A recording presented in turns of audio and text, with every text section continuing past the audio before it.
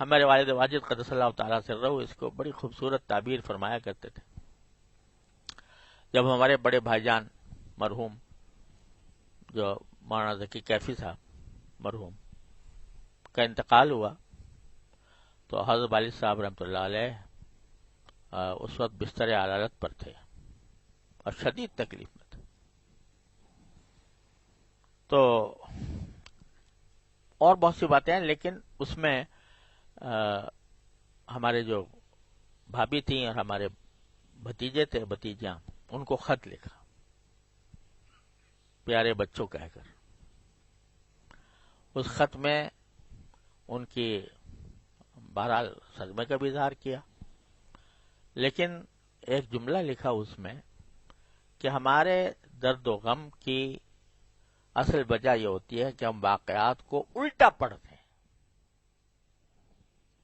واقعات کو الٹا پڑھتے ہیں. اگر سیدھا پڑھو گے تو صبر آئے گا.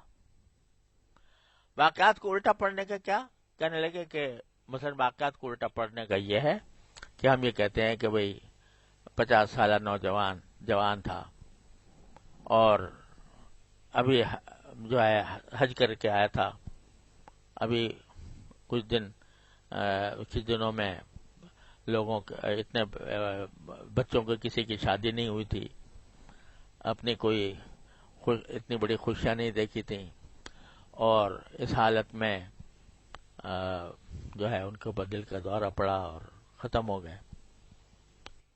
اسی کو ذرا اگر سیدھا پڑھو تو سیدھا پڑھنے کا طریقہ یہ ہے کہ بھئی موت کا تو ایک وقت مقرر تھا. جب پیدا ہوئے تھے اسی وقت سے، بلکہ اس سے پہلے جب ماں کے پیٹ میں تھے اس وقت سے فرشتے کو بتا دیا گیا تھا کہ بھئی اتنی اس کی عمر ہوگی، اور کسی کو نہیں، صرف فرشتے کو بتایا گیا تھا کہ اس کی عمر اتنی ہوگی. وہ تو طے شدہ ہے، اس میں کوئی آگے پیچھے ہونے کا سوال نہیں. لیکن اس وقت کے آنے کے لیے اللہ تعالی نے ماحول کیسا پیدا فرمایا؟ تو ماحول اس طرح پیدا فرمایا کہ حج کی توفیق عطا فرمائی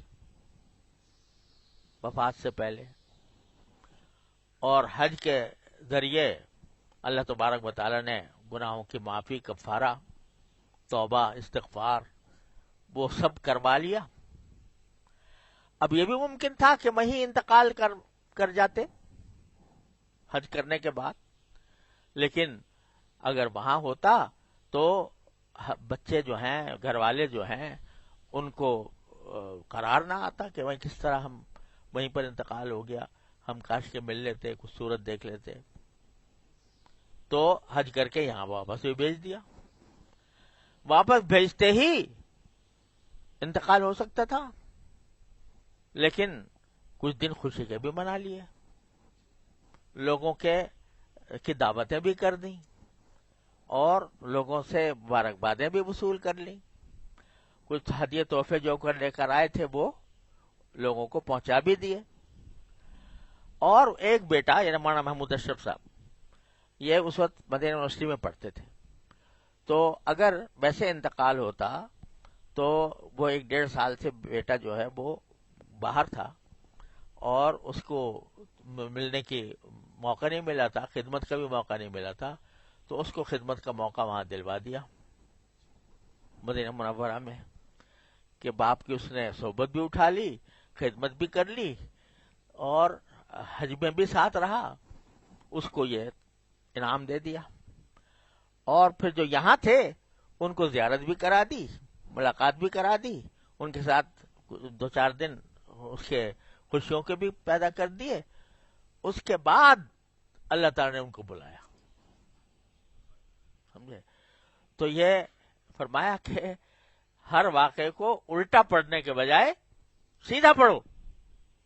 سیدھا پڑھنے کا معنی یہ ہے کہ موت تو بے شک برحق اور اس کا صدمہ بھی برحق، لیکن اس کے ساتھ اللہ تبارک و تعالی نے کیسے ماحول پیدا فرمائے اور کیسے وہ باتیں دیکھو کہ جو اگر نہ ہوتی تو پھر صدمہ کتنا گہرا ہوتا.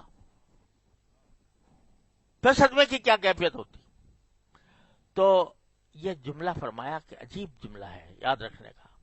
واقعات کو سیدھا پڑھو، ہم الٹا پڑھتے ہیں تو مصیبت کا شکار ہوتے ہیں.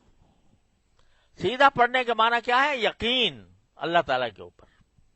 کیوں؟ اس کو تو جو مقدر تھا وہ تو کرنا ہی تھا. اس کو کوئی دنیا کی طاقت، کائنات کی کوئی طاقت اس کو روک نہیں سکتی تھی. لیکن اس کے لیے اللہ تبارک و تعالیٰ نے اسباب کیسے پیدا فرما دیے، ماحول کیسے پیدا فرما دیا.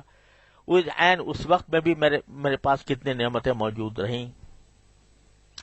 تو ان کا استحضار مصیبت کے وقت میں اللہ تبارک و تعالیٰ کی نعمتیں عین مصیبت کے وقت میں کتنی ہوتی ہیں اس کی طرف دھیان. تو یہ کیسے پیدا ہوتا ہے؟ یقین سے. یقین ما تحبن بھی علینا مصائب الدنیا. اتنا یقین دے دے کہ ہمیں دنیا کی مصیبتیں آسان ہو جائیں.